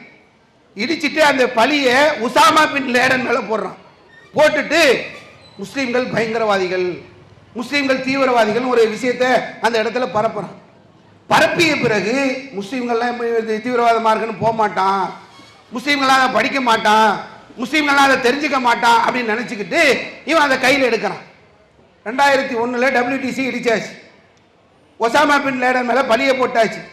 ஆப்கானிஸ்தான் கவர்மெண்ட் ஒசாமா பின் லேடனை தரலன உடனே ஆப்கானிஸ்தான் மேலே போர் தொடுத்தாச்சு. இதெல்லாம் நடந்துக்கிட்டே இருக்கு. 2011 போய் அமெரிக்காவை ஆய்வு செய்கிறான். 2001 முஸ்லிம்கள் பக்கம் போகாதே என்று மக்களை நாம் தடுத்தோமே, மக்கள் எல்லாம் எப்படி இருக்கிறான்னு போய் ஆய்வு செய்தால் அமெரிக்காவுடைய வரலாறு என்ன தெரியுமா? கொஞ்சம் அதெல்லாம் படிக்கப்பா. ராசாக்கார் படம் எடுக்கிற, இப்போ சபர்மதி எக்ஸ்பிரஸா, அது வேற மோடி போய் உட்காந்து பார்த்துட்டு அதை ப்ரொமோட் பண்ணிட்டு இருக்கிற. நீ பண்ணு. நீ பண்றதுக்கு முன்னாடி போய் அமெரிக்காவில் நடந்த ஒரு வரலாற்று உண்மையை பார்த்து விட்டு வா. 2001 இடிக்கப்பட்ட WTC பில்டிங்கை வைத்து அங்கே இஸ்லாத்தை அழித்து விடலாம், இஸ்லாத்தை ஒழித்து விடலாம், இஸ்லாமிய வளர்ச்சியை மட்டுப்படுத்தி விடலாம் என்று நினைத்தார்கள். 2011 அமெரிக்காவை ஆய்வு செய்யும் போது புதிதாக 1200 பள்ளிவாசல்கள் கட்டப்பட்டிருந்தது. தெரியுமா? ஒரு 10 வருஷத்துல 1200 பள்ளிவாசல் கட்டுறது சாதாரண வேலையா? நாங்களாம் 30-40 வருஷமா தௌஹீத் தமிழ்நாட்டில் பிரச்சாரம் பண்றோம். இதுவரைக்கும் இந்த 30 வருஷத்துல ஒரு 1000 பள்ளிவாசல் உருவாக்கி இருப்போம்.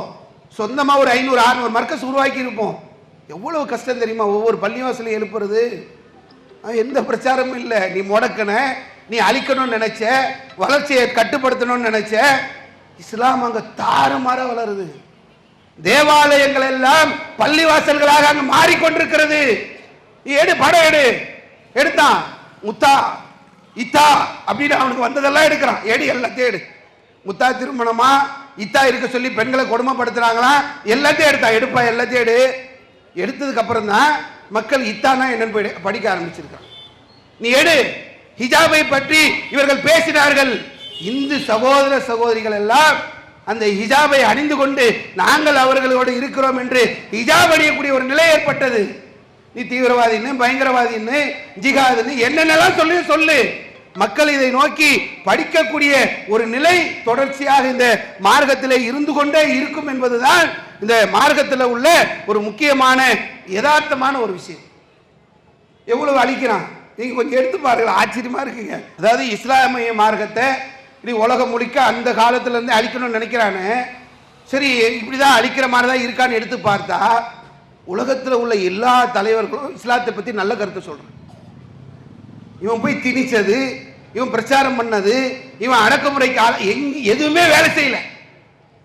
நெல்சன் மண்டேலாவுடைய பேச்சுகளை எடுத்து பார்த்தேன், காந்தியுடைய பேச்சுகளை எடுத்து பார்த்தேன், நேருடைய பேச்சுகளை எடுத்து பார்த்தேன், சர்தார் வல்லபாய் பட்டேலுடைய பேச்சுகளை எடுத்து பார்த்தேன். ஒவ்வொருத்தரும் பேசக்கூடிய பேச்சுகளை தொகுத்தன்னு வைங்களேன், எனக்கு நேரம் பார்த்தேன்.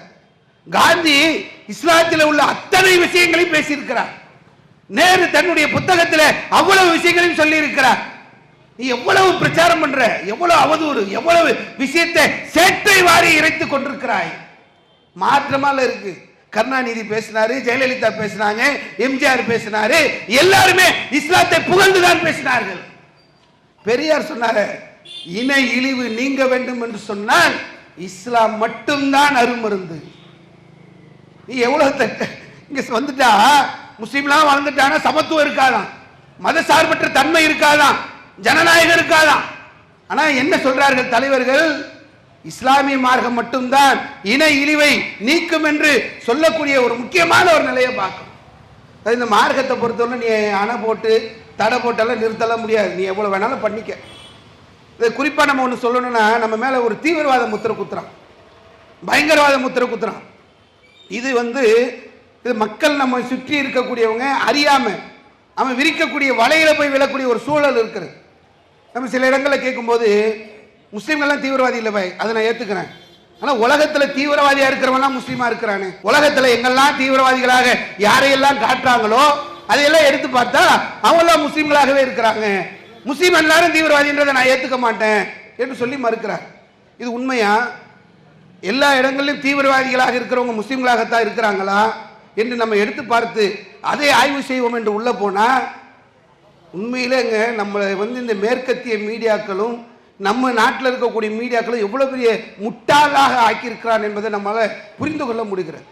ரொம்ப ஒரு மோசமான ஒரு நிலையை நம்மை சுற்றி மிகப்பெரிய ஒரு சூழ்ச்சி வலையை பின்னிக்கொண்டே இருக்கிறார்கள். உலகத்தில் உள்ள தீவிரவாதிகளுடைய அந்த பட்டியலை நம்ம எடுக்கும்போது உலகத்தில் யாரெல்லாம் பயங்கரமான இந்த மாதிரி தீவிரவாத செயலில் ஈடுபட்டான்னு எடுத்து பார்த்தோம்.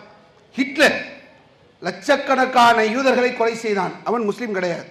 மிசோலின் 4 லட்சம் பேரை கொலை செய்தான் இத்தாலியில, அவன் முஸ்லீம் கிடையாது. பிரெஞ்சு புரட்சி செஞ்ச மேக்ஸ்மிலின் அவரு முஸ்லீம் கிடையாது. கிட்டத்தட்ட 2 லட்சம் பேரை கொலை பண்ணி 40,000 பேரை தூக்கில போட்ட ஜோல்ஸ்லியர் அவர் முஸ்லீம் கிடையாது. ஜோசப் ஸ்டாலின் அங்கிள் ஜோ என்று அழைக்கப்படக்கூடிய வரலாற்றை எடுத்து பார்க்கின்ற போது 2 கோடி பேரை கொலை பண்ணி இருக்கிறார், இவர் முஸ்லீம் கிடையாது. நம்ம இந்தியாவில் அசோகர்னு ஒருத்தர் இருந்தாரு, கலிங்கத்து போர் நடந்தது, லட்சக்கணக்கான மக்கள் அதில் கொன்று குவிக்கப்பட்டார்கள். அதற்கு பிறகுதான் அவர் புத்த மதத்தை தழுவினார். அவர் கொல்லக்கூடிய நேரத்திலும் சரி கொன்ற பிறகும் சரி அவர் முஸ்லீம் கிடையாது. உலகத்தில் முஸ்லீம்களை பயங்கரவாதிகளாக தீவிரவாதிகளாக சித்தரித்துக் கொண்டிருக்கிறார்கள். உலகத்தில் உள்ள தீவிரவாதிகளுடைய பட்டியலை நாம் எடுத்து பார்த்தோம். ஜெர்மன்ல RAF என்று சொல்லக்கூடிய ஒரு தீவிரவாத அமைப்பு செயல்பட்டு கொண்டிருக்கிறது. இத்தாலியில ரெட் பிரைகேட்ஸ் என்று சொல்லக்கூடிய ஒரு தீவிரவாத அமைப்பு செயல்பட்டு கொண்டிருக்கிறது.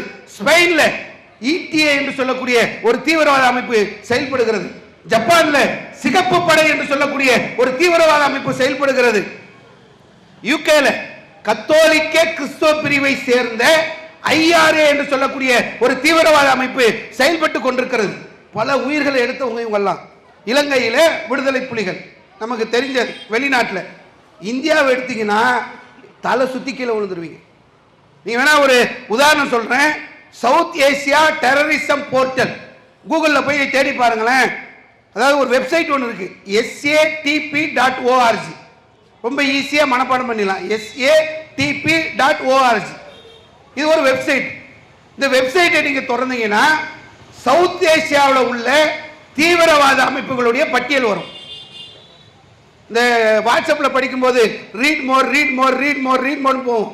ஒரு 5 ரீட் மோர் போனதுக்கப்புறம் படிக்காமல் விட்டுருவோம்ல, அந்த மாதிரி நீங்கள் satp.org போனால் சவுத் ஏசியாவில் உள்ள இந்த தீவிரவாத அமைப்புகளுடைய பட்டியலை நம்மளால் படிக்க முடியலை.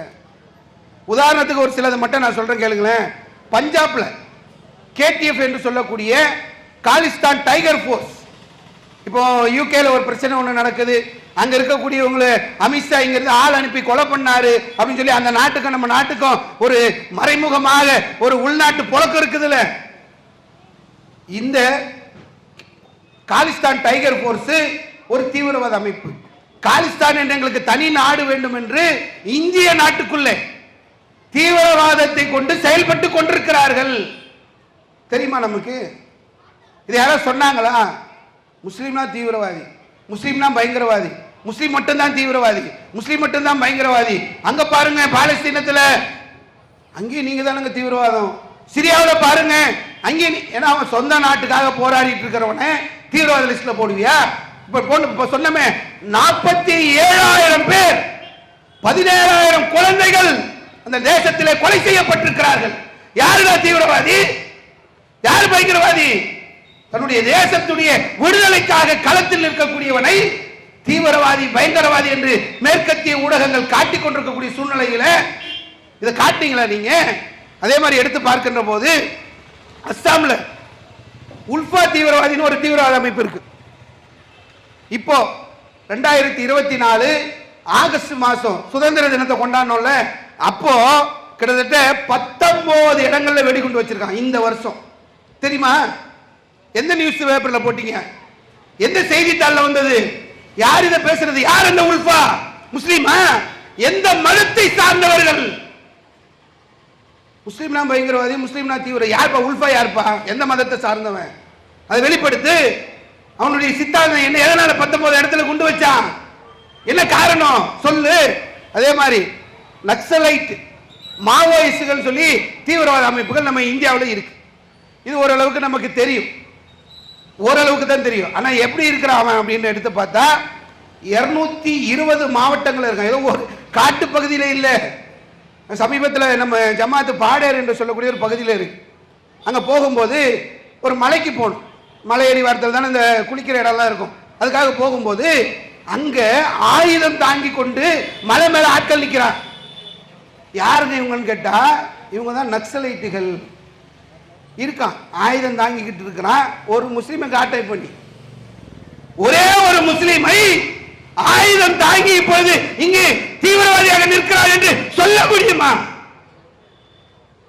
தீவிரவாதி முஸ்லீம், அடி வாங்குறவன் முஸ்லீம், உத வாங்குறவன் முஸ்லீம், கொலை செய்யப்படுறவன் முஸ்லீம், வழக்கு வாங்குறவன் முஸ்லீம், ஜெயிலுக்கு போறவன் முஸ்லீம், எல்லாம் வாங்கிக்கிட்டு தீவிரவாதப்பட்டமும் முஸ்லீம். நக்சலைட் மாவோயிஸ்டுகளை நீங்க எடுத்து பார்த்தீர்கள் என்று சொன்னால் நீங்க எடுத்து பாருங்களேன், கூகுள் பண்ணி பாருங்க. 875 ராக்கெட் வச்சிருக்காங்க. ஒரு கவர்மெண்ட்ல ஒரு மிலிட்டரி கூட வச்சிருக்க மாட்டாங்க. 35 ஏவுகணை வச்சிருக்காங்க. இந்தியாவுடைய மிலிட்டரிக்கு சவால் விடக்கூடிய அளவிற்கு ஒரு தீவிரவாத அமைப்பு கிட்டத்தட்ட 220 மாவட்டங்களில் செயல்பட்டு கொண்டிருக்கிறார்கள்.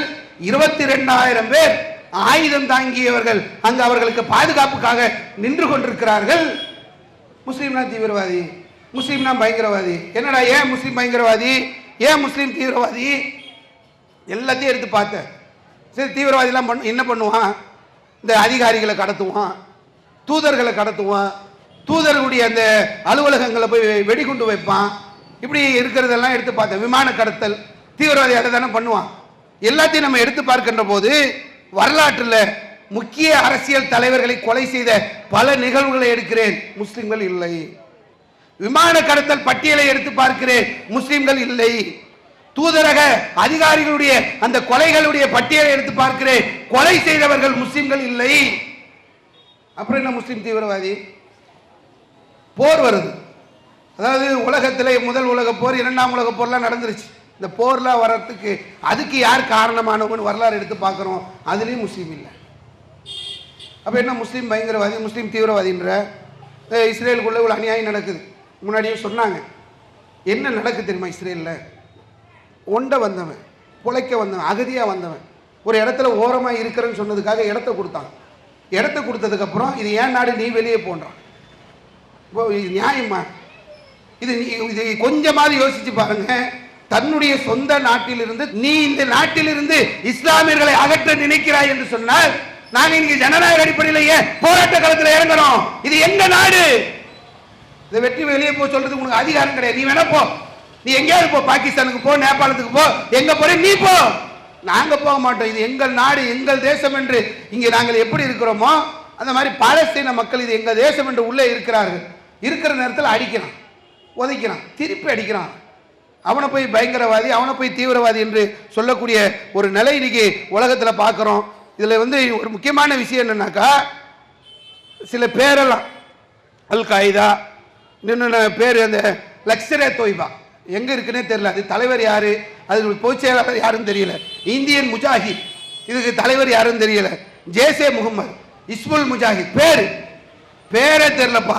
யார்ப்பா ஆளு, யார் இதை நிர்வாகம் பண்றா? எங்கேயாவது ஒரு குண்டு வெடிச்சிருச்சுன்னு வைங்களேன், உடனே இதை இஸ்புல் முஜாஹித் பொறுப்பெடுத்துக் கொண்டார், இதை ஜெய்ஷே முகமது பொறுப்பெடுத்துக் கொண்டார். உடனே நேராக தினத்தந்தி ஆபீஸ்க்கு மெயில் வந்துடும். தினத்தந்தி ஆபீஸ் மெயில் ஐடி உங்களுக்கு தெரியுமா? எனக்கு தெரியாது. ஆனா அவரு தீவிரவாதிக்கு மட்டும் கரெக்டா தினத்தந்தியுடைய மெயில் ஐடி தெரியுது, தினகரனுடைய மெயில் ஐடி தெரியுது, தினமலருடைய மெயில் எப்படிதான் தெரியல. ஃபர்ஸ்ட் மெயில் அங்க வந்துடும். நாங்கள் தான் இந்த வெடிகுண்டை வைத்தோம், நாங்கள் பொறுப்பெடுத்துக் கொள்கிறோம் அப்படின்னு போட்டிருந்தான். சமீபத்தில் இந்த உலகளாவிய தீவிரவாத அமைப்புன்னு அல் கைதா, தாலிபான், ISIS இப்படி படம் காட்டிட்டே வந்தான். இனிமேல் கொஞ்சம் உஷாராயிருங்க. ISIS என்பது அது இஸ்லாமியர்கள் கிடையாது, அது யூத அமைப்புன்னு நம்ம ரொம்ப நாளாக பிரச்சாரம் பண்ணிட்டு வரோம். அதுலேயும் இப்போ என்னன்னா, சிரியாவில் கவர்மெண்ட் டிசால்வ் ஆயிடுச்சு, கவர்மெண்ட் கலைக்கப்பட்டு விட்டது. இப்போ அங்கே கவர்மெண்ட் கிடையாது, அங்கே இருந்த கவர்மெண்ட் ஓடிட்டார், தலைவர் அதிபர் இல்லை.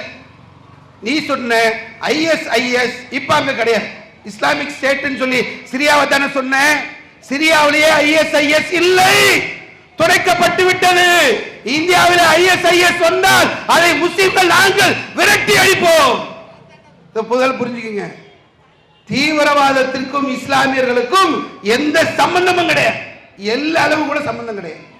முஸ்லிம்களாக இருக்கக்கூடிய நாங்கள் தீவிரவாதத்தை கடுமையாக எதிர்க்கிறோம். எந்த அளவுக்கு நாங்கள் எதிர்க்கிறோம் என்று சொன்னால், அதாவது பல இடங்கள்ல இந்த உயிரை கொடுத்து போய் காப்பாற்ற போறோம் மக்களை எல்லாம் நீங்க பார்த்துருப்பீங்க. இந்த வெள்ள கொரோனா நேரங்களில் எவ்வளவு இந்த நெருக்கடியான நேரம், வாப்பாவை புள்ள போய் தொட பயந்தான், தந்தையுடைய அந்த சடலத்தை மகன் தொட பயந்தான், தாயுடைய சடலத்தை மகன் தொட பயந்தான். அந்த நேரத்தில் களத்தில் நின்று உதவி செஞ்சோம். உயிரை கூட துச்சமா மதிப்போம், உயிரை துச்சமாக மதித்து சமூக பணி செய்வோமே தவிர தீவிரவாத பணி ஒரு காலத்திலும் செய்ய மாட்டோம். ஏன் தெரியுமா? இஸ்லாம் எங்களுக்கு சொல்லுது, தற்கொலை செய்யறது, தற்கொலை தாக்குதல் செய்வது எங்களுக்கு ஆகமானது கிடையாது. ISIS நீ அப்படிதான் காட்டுற.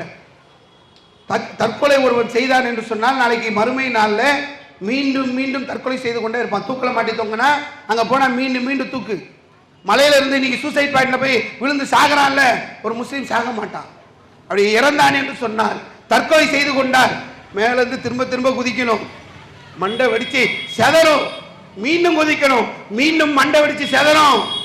வெடிகுண்டு தாக்குதல்லாம் ஒரு முஸ்லீம் செய்யவே முடியாது, அதற்கு இஸ்லாம் அனுமதிக்கவும் இல்லை. தற்கொலை செய்வதற்கு முஸ்லிம்களுக்கு எந்த அனுமதியும் கிடையாது, நிரந்தர நரகம். அதை ஒரு காலத்தில் முஸ்லிம்கள் செய்ய மாட்டாங்க. குர்ஆன் சொல்கின்றது, மன் கத்தல நப்சன், ஒரு உயிரை அநியாயமாக நீங்கள் கொலை செய்தால் ஃபகஅன்னமா கத்தலன் நாஸ ஜமியா, ஒரு மனித சமுதாயத்தையே கொலை செய்ததற்கு சமம். ஒரு முஸ்லீம் கட்டாயமா தீவிரவாதியே இருக்க மாட்டான், பயங்கரவாதியே இருக்க மாட்டான். அப்ப வெடிகுண்டு வெடிக்குதே, அப்ப குண்டு வச்சது யாரு? இதுக்கெல்லாம் என்ன காரணம்? பம்பாயில குண்டு வச்சிங்களே, கோவையில் குண்டு வச்சிங்களே, வச்சாங்க, அதெல்லாம் மறுக்கலாம் கிடையாது.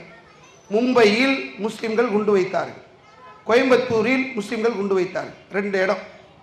இந்த 2 இடத்தை தவிர்த்து இந்தியாவிலே நடந்த பல நூறு குண்டு வெடிப்புகளுக்கும் முஸ்லிம்களுக்கும் சம்பந்தமே கிடையாது. மும்பையில் ஏன் குண்டு வச்சா? ஒரு நீதிபதி தலைமையில ஒரு கமிஷன் அமைத்தார்கள்.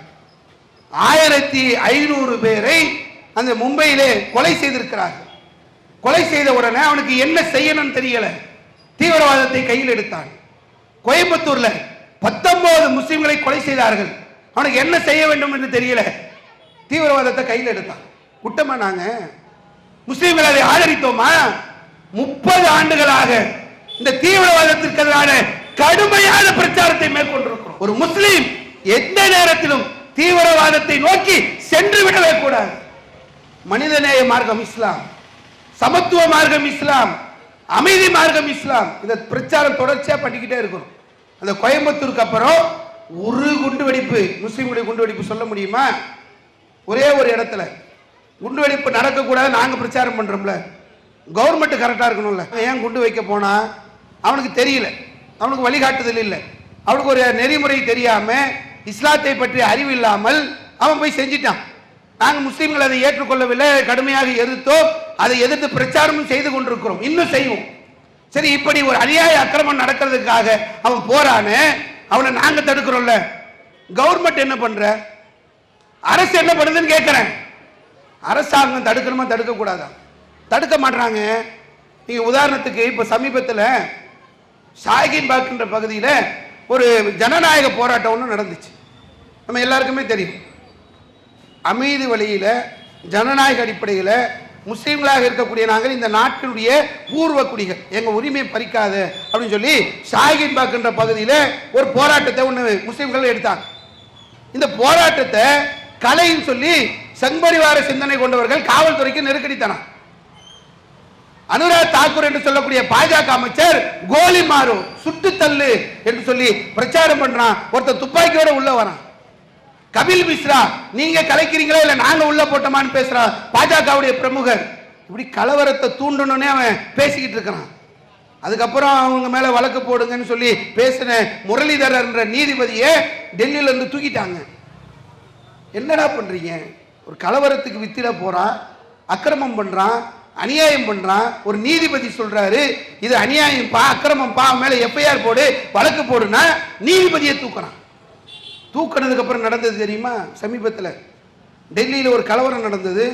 இந்த கலவரத்தில் 1500 கோடி ரூபாய், ஒரு ரூபாய் 2 ரூபாய் இல்லை, ஒவ்வொரு முஸ்லீமும் இன்னைக்கு அவனுடைய நிலைமை என்ன அன்றாடங்காய்ச்சி.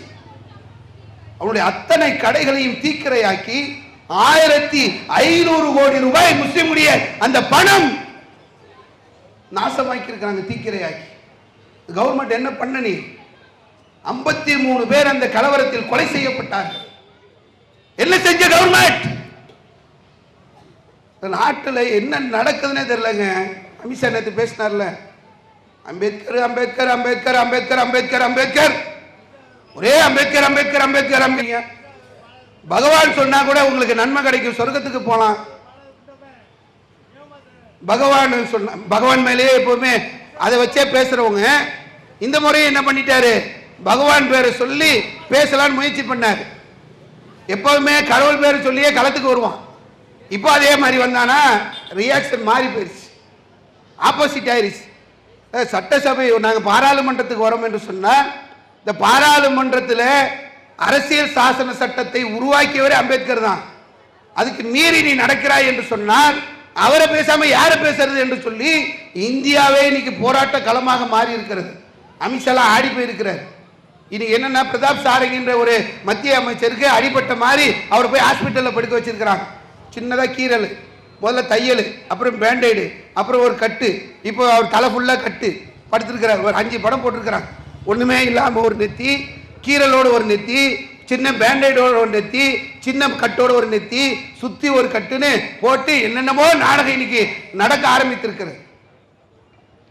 தேசத்தில் என்ன செய்ய வேண்டும் அதை செய்றீங்களா? ஒரே நாடு ஒரே தேர்தல், இப்போ அது வேற. இதெல்லாம் கடுமையாக எதிர்க்கப்பட வேண்டிய ஒன்று. இன்னைக்கு எதிர்கட்சிகள் ஓரளவுக்கு விளங்கி கடுமையான போராட்டங்களை முன்னெடுக்கிறாங்க. ஒரே நாடு ஒரே தேர்தல் வந்தது என்று சொன்னால் மிகப்பெரிய ஒரு நிலையை இந்த இந்தியாவில் இந்த தீய சக்திகள் உருவாக்குவார்கள். எந்த அளவுக்குன்னா, இன்னைக்கு அவன் நிறைய சட்டத்தை கொண்டு வராங்க. சட்டத்தை கொண்டு வரும்போதெல்லாம் அதுக்கு ஒரு நெருக்கடி கொடுக்கறதே இந்த தேர்தல் தான். இப்போ உதாரணத்துக்கு இந்த விவசாய மசோதா குறித்து ஒரு சட்டத்தை கொண்டு வந்தான். அதை நீக்குங்கன்னு சொல்லி விவசாயிகள் களத்தில் இறங்கி போராடுறாங்க. போராடும் போது அதை நீக்க மாட்டேன்றான். வெயிலில் பனியில் கிடக்கிறான், கஷ்டப்படுறான் விவசாயி. இந்த நாட்டுடைய முதுகெலும்பாவன், அவனுடைய பிரச்சனையை தீர்க்க என்று சொல்லி எல்லாரும் போராட்ட களத்துக்கு சப்போர்ட் பண்றாங்க. ஒரு புள்ளியை கூட நாங்கள் மாற்ற மாட்டோம், ஒரு கமாவை கூட நாங்கள் நீக்க மாட்டோம். இது விவசாயிகளுடைய நலனுக்காக உள்ள ஒரு சட்டம். எதிர்கட்சிகள் சூழ்ச்சி செய்கிறார்கள், நாங்கள் இதை மாற்ற மாட்டோம் சொல்லி சொன்னாங்க. 5 மாநிலத்தில் தேர்தல் வந்தது. விவசாயிகளுடைய பிரச்சாரம், அந்த பிரச்சனைகள் அந்த மாநிலத்தில் பேசப்பட்ட உடனே இப்போ அந்த சட்டத்தை நீக்கலன்னு சொன்னால் நமக்கு இந்த இடங்கள்ல டெபாசிட் கூட வாங்க முடியாது என்று சொல்லி அந்த சட்டங்களை நீக்கினார்கள். இவங்களுடைய கொள்கை அஜெண்டாவின் மீது கவனம் செலுத்த முடியல. ஒரே தேர்தல் தேர்தல், அந்த மாநிலத்தில் தேர்தல், இந்த மாநிலத்தில் தேர்தல். தமிழ்நாட்டில் தேர்தல்னா மோடி 13 தடவை இங்கே தமிழகத்துக்கு வர வேண்டியிருக்கு. மகாராஷ்டிராவில் தேர்தல்னா மகாராஷ்டிராவுக்கு போகணும். எங்கேயுமே போகாம ஒரு 3 மாசத்துல, 1 மாசத்துல எல்லா தேர்தலையும் முடிச்சுட்டு மீறி 4 வருஷம் 5 வருஷம் திட்டமிட போறாராம். என்ன திட்டம்? முஸ்லிம்களை எப்படி கொலை செய்வது, பள்ளிவாசல்களை எப்படி அபகரிப்பது, இந்த தேசத்தை எப்படி இந்து ராஷ்டிரம், இதைத்தான் திட்டமிட போறாங்க. இதுதான் அவங்க கொள்கை. நாட்டை வளர்ச்சி பாதையின்பால் கொண்டு செல்ல வேண்டிய தேவை அவர்களுக்கு இல்லை. இதைத்தான் திட்டமிடுவான். அப்ப இதையெல்லாம் நீங்க கவனத்தில் கொள்ள வேண்டியது. என்ன செஞ்ச நீ? ஒரு தீவிரவாத அமைப்பாக, ஒரு பயங்கரவாத அமைப்பாக இருக்கக்கூடியவர்கள் மீது நடவடிக்கை எடுத்தியா? 1500 கோடியை நாசமாக்கணும் என்ன யாராவது ஜெயில போட்டியா? குஜராத் கலவரத்தில் உள்ள போனவன் வெளியே வந்துட்டான். பில்கிஸ் பானுவை கற்பழிச்சுட்டு உள்ள போனவன் வெளியே வரான். அந்த அம்மா ஏறி இன்னைக்கு சட்ட நடவடிக்கைக்கு அலையிறாங்க. உச்ச நீதிமன்றம் சொல்லுதுங்க, எங்களுடைய நேரத்தை வீணடிக்காத. எங்க போறது? அப்ப எப்படி ஒருத்தர் தீவிரவாதத்தின் பக்கம் போகக்கூடாது என்று நாங்கள் தடுத்து கொண்டிருக்கிறோமே, என் அரசு அதை முழுமையாக இப்படி அநியாயம் நடக்கிறது, அக்கிரமம் நடக்கிறது என்று அதற்கு எதிராக செய்யக்கூடிய வேலை இருக்கா? குண்டு வச்ச லிஸ்டெல்லாம் நீங்கள் எடுத்து பாருங்களேன். 2 இடம் சொன்னேன், 2 இடத்தையும் முஸ்லீம்கள் எதிர்க்கிறோம், இதை விட்டுருவோம். நூற்றுக்கணக்கான குண்டு வெடிப்புகள் நடந்திருக்கிறது. மலேகானில் வெடிச்சது, அஜ்மீரில் வெடிச்சது, சம்ஜோதா ரயிலில் வெடிச்சது, பல இடங்களில் வைத்த குண்டு வெடிப்புகளுக்கு யார் காரணம் தெரியாது, கவர்மெண்ட்டுக்கு தெரியாதா? மலேகானில் ஒரு குண்டு வெடிக்குது, எப்போ வழக்கம் போல தினத்தந்தி ஆஃபீஸுக்கு, தினமலர் ஆஃபீஸுக்கு, தினமணி ஆஃபீஸுக்கு அந்த இஸ்புல் முஜாஹித் மெயில் அனுப்பிட்டான். முஸ்லீம்கள் தான் காரணம், அவன் மெயிலை போட்டான். போட்ட உடனே இது ஃப்ளாஷ் நியூஸாக ஓடிடுச்சு. எல்லாம் முடிஞ்சதுக்கப்புறம் ஹேமந்த் கர்கரே என்று சொல்லக்கூடிய காவல்துறை அதிகாரி, சரி அந்த குண்டு வச்சவன் முஸ்லீம் என்றியப்பா யாருன்றது ஆய்வு செய்யறதுக்காக உள்ள போனா ஆச்சரியப்பட்டார். குண்டு வச்சது முஸ்லீம் கிடையாது. குண்டு வைத்தவர்கள் பிராக்யா சிங் தாக்கூர் என்று சொல்லக்கூடிய ஒரு பெண் சாமியார். அவர்தான் இதுல A1 அக்யூஸ்ட், அவர்தான் முதல் குற்றவாளி. கண்டுபிடிக்கிறார், கண்டுபிடிச்சு சமர்ப்பிக்கிறார். பிராக்யா சிங் தண்டனை கொடுத்தியா? குற்றவாளி குண்டுல ஏத்தனியா? நாடாளுமன்றத்தில் MP சீட்டு கொடுத்து உள்ள உட்கார வைக்கிறான். ஒரு பக்கம் நம்ம பயங்கரவாதத்தை எதிர்த்து, தீவிரவாதத்தை எதிர்த்து பிரச்சாரம் பண்றோம். எவ்வளவு கஷ்டம் வந்தாலும், எவ்வளவு நெருக்கடி வந்தாலும், எவ்வளவு அடக்குமுறை வந்தாலும், உயிரே போனாலும் நம்ம ஜனநாயக அடிப்படையில் நின்று போராட வேண்டும் என்று பிரச்சாரம் செய்து கொண்டிருக்கிறோம். பயங்கரவாதியாக இருந்த அவர்களை பாராளுமன்றத்தில் உட்கார வச்சிருக்கிறாங்க. நேற்று பிரதாப் சாரங்கி ராகுல் காந்தி அடிக்க போய் அடி வாங்கிட்டு வந்தாருன்னு ஒரு படம் காட்டுறாங்க. இவர் யாரு? இவரு இது மாதிரியான குற்ற பின்னணி உள்ளவர். ஒரு பாதிரியாரை கொலை செய்த வழக்கில் இவர் முக்கிய குற்றவாளி. அவர் இன்னைக்கு பார்லிமெண்ட்ல உள்ள இருக்கார். என்ன நடக்கு இந்த தேசத்தில்? என்ன நடக்கு? யஸ்வந்த் சிண்டே என்று சொல்லக்கூடிய ஒரு RSS காரன் பேசுகிறான், நான் 25 ஆண்டுகளாக RSS இருந்தேன் என்று சொல்லிவிட்டு ஒரு கோர்ட்ல போய் அஃபிடேட் போறான். ரோட்ல பேசினதை சொல்லல. உளவுத்துறை அதிகாரிகள், அரசு அதிகாரிகள், காவல்துறை அதிகாரிகள் நோட் பண்ணிக்கிங்க, நான் ரோட்ல போனதை பேசவே இல்லை. யஸ்வந்த் சிண்டே என்று சொல்லக்கூடிய RSS சார்ந்தவர் ஹை கோர்ட்ல அஃபிடேவிட் போட்டிருக்கான். என்ன தெரியுமா அஃபிடேவிட்? நான் RSSல 25 வருஷம் பயணம் பண்ணேன். இந்த 25 ஆண்டு காலங்களில் எனக்கு குண்டு வைக்க RSS பயிற்சி தந்தது. பல இடங்களில் நாங்கள் குண்டு வைத்திருக்கிறோம். குண்டு வைப்பதற்கான பயிற்சிக்காக என்னை காஷ்மீருக்கு அழைத்து சென்றார்கள். ரயிலிலே வைத்த குண்டு நாங்க தான் வச்சோம். சம்ஜோதா ரயிலில் வைத்த குண்டு RSS வைத்த குண்டு. மலேகானில் வெடித்த குண்டு RSS வைத்த குண்டு. அஜ்மீர் தர்காவிலே வைத்த குண்டு RSS வைத்த குண்டு. என்ன செய்ய போற? அதிகாரிகள் என்ன பண்ண போறீங்க? RSS தடை பண்ணுவீங்களா? பயங்கரவாதத்தை அடியோடு வேரோடு வேரடி மண்ணோடு நீக்க முடியுமா உங்களால? அப்ப முஸ்லிம்களை பயங்கரவாதிகளாக, தீவிரவாதிகளாக காட்டிவிட்டு அந்த செயல்களில் ஈடுபடக்கூடிய ஒரு நிலையை நாம் இந்த உலகத்தில் எடுத்து பார்த்தோம் என்று சொன்னால் அதற்கு மாற்றமாக நடந்து கொண்டிருக்கக்கூடிய ஒரு சூழல் இன்னைக்கு இந்தியாவில் இருந்து கொண்டிருக்கிறது. நம்ம கொள்கைகளை உங்களால தடுத்து நிறுத்தி வர அதெல்லாம் முடியாது. இந்த பிரச்சாரம் யாரிடத்தில் போய் சேர்கிறதோ அவர் கண்டிப்பா முஸ்லிமா மாறிடுவார். இந்த கோணம் இருக்குல்ல, இது கொஞ்சம் வித்தியாசமானது. இஸ்லாம் இது இஸ்லாமுடைய தத்துவத்தை நீ எடுத்து பாரு. எதிர்க்கக்கூடியதை தான் பிரச்சாரம் பண்ணது. மக்கள் எதை எதிர்ப்பார்களோ, எதை விரும்ப மாட்டார்களோ அந்த கொள்கையை இந்த மண்ணிலே இஸ்லாம் பிரச்சாரம் செய்கிறது. அதை நோக்கித்தான் மக்கள் சாறை சாறையாக வந்து கொண்டிருக்கிறார்கள்.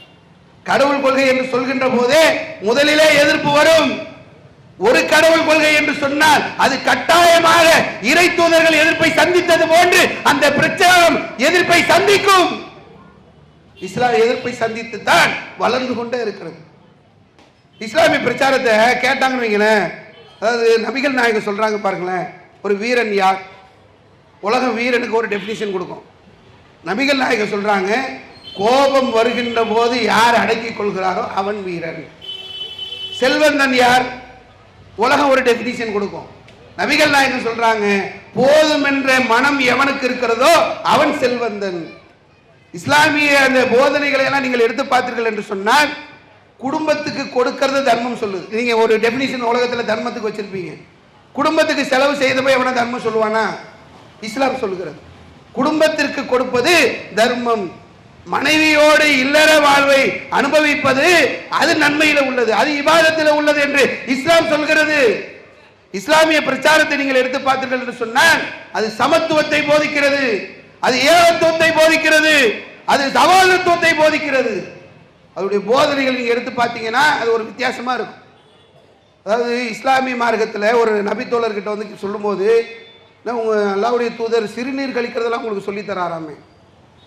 அவர் கிண்டலாக கேட்குறாரு, சிறுநீர் கழிக்கிறது கூட அவங்களுக்கு சொல்லித்தராங்க அப்படின்னு. உடனே அந்த நபித்தோழர் அது பெருமையாக சொல்கிறார், ஆமாப்பா அல்லாஹ்வுடைய தூதர் நாங்கள் எப்படி சிறுநீர் கழிக்க வேண்டும் என்பதை கூட எங்களுக்கு சொல்லி தருகிறார்.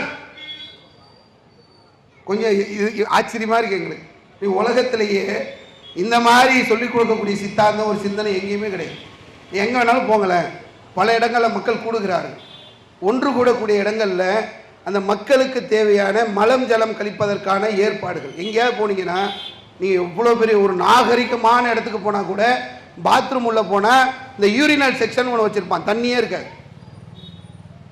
அது ஒரு நாற்றம் வீசக்கூடிய ஒரு நிலையை சாதாரணமாக பார்க்கலாம். ஆனால் இஸ்லாமிய மார்க்கம் அப்படி கிடையாது. சிறுநீர் கழிப்பதை கூட சுத்தம் செய்ய சொல்லக்கூடிய ஒரு மார்க்கம். எப்படிப்பட்ட மார்க்கம் தெரியுமா இது? நபிகள் நாயகம் சொன்ன அந்த சித்தாந்தத்தை, அந்த அடிப்படையை நீ எவ்வளவு தடுத்தாலும் சரி, எவ்வளவு கிண்டல் பண்ணாலும் சரி, எவ்வளவு கேலி பண்ணாலும் சரி, அல்லாஹ்வுடைய தூதர் எங்களுக்கு சிறுநீர் கழிப்பதை கூட சொல்லி கொடுத்தார்கள். அதில் உள்ள நாகரிகத்தை சொல்லி தந்தார்கள். நாகரிகங்க, நகம் இருக்குல்ல, நகம் 40 நாளுக்குள்ள நீங்க வெட்டணும். அக்கல் முடி இருக்குல்ல, 40 நாளுக்குள்ள அகற்றணும். மர்மஸ்தானத்தில் உள்ள முடிகளை 40 நாளுக்குள்ள அகற்றணும். அல்லாஹ்வுடைய தூதர் சொன்னது. இயற்கை மார்க்கம் இஸ்லாம் எங்களுக்கு சொல்லி தரக்கூடிய நெறிமுறை வழிகாட்டுதல். இதை நீ தடுக்கணும்னு நினைச்சேன்னா முடியாது. இந்த மக்களை நீ வந்து மாற்றி இதுல இருந்து எடுத்து அவங்கள வேற கொள்கைக்கு கருவாப்சின்னு கூப்பிட்டு இது வரக்கூடியவங்களை தடுக்கிற நிலையை தோற்றுருவேன். உலகத்தில் அனைவரும் தோற்று இருக்கிறார்கள்.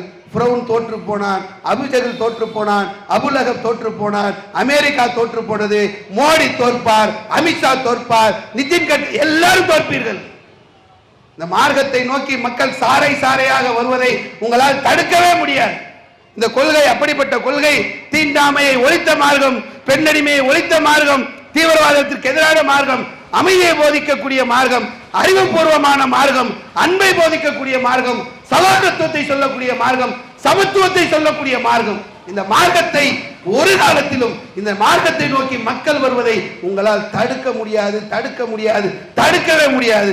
அல்லாஹ் ரப்பல் ஆலமீன் சொல்லக்கூடிய ஒரு வசனத்தை இறுதியாக உங்களுக்கு நான் நினைவுபடுத்திக் கொள்கின்றேன். இந்த மார்க்கத்தினுடைய வளர்ச்சியை தடுக்க நினைப்பவர்கள், இதற்கு வரக்கூடியவர்களுக்கு அணை போல நினைப்பவர்கள், இந்த மார்க்கத்திலிருந்து அடக்குமுறை மூலமாக, ஒடுக்குமுறை மூலமாக, மிரட்டல் மூலமாக, வழக்கு மூலமாக, கொலை செய்வதன் மூலமாக இங்கிருந்து வெளியேற்றி இந்த மார்க்கத்தை அழிக்க நினைப்பவர்களுக்கு திருக்குர்ஆன் சொல்கின்றது, அல்லாஹ்வுடைய ஒளியை தங்களுடைய வாய்களால் அவர்கள் ஊதி அணைக்க நினைக்கிறார்கள். அல்லாஹ் ரப்பல் ஆலமீன் அந்த ஒளியை பரிபூர்ணப்படுத்துவான். வலவு கரிகள் காஃபிரூன், காபிர்கள் வெறுத்தாலும் சரி, அல்லாஹ் தன்னுடைய அந்த ஒளியை, இந்த மார்க்கத்தை முழுமைப்படுத்துவான். அது வளரும் வளரும்.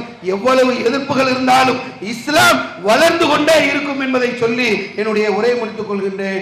வாஹிரு தஅவானா அல்ஹம்துலில்லாஹி ரப்பில் ஆலமீன். அஸ்ஸலாமு அலைக்கும் வரஹ்மத்துல்லாஹி. இஸ்லாம் மற்றும் சமுதாய செய்திகளை அறிந்து கொள்ள தமிழ்நாடு தௌஹீத் ஜமாஅத் யூடியூப் பக்கத்தை உடனடியாக சப்ஸ்கிரைப் செய்து கொள்ளுங்கள். மேலும் பெல் பட்டனையும் கிளிக் செய்து கொள்ளுங்கள்.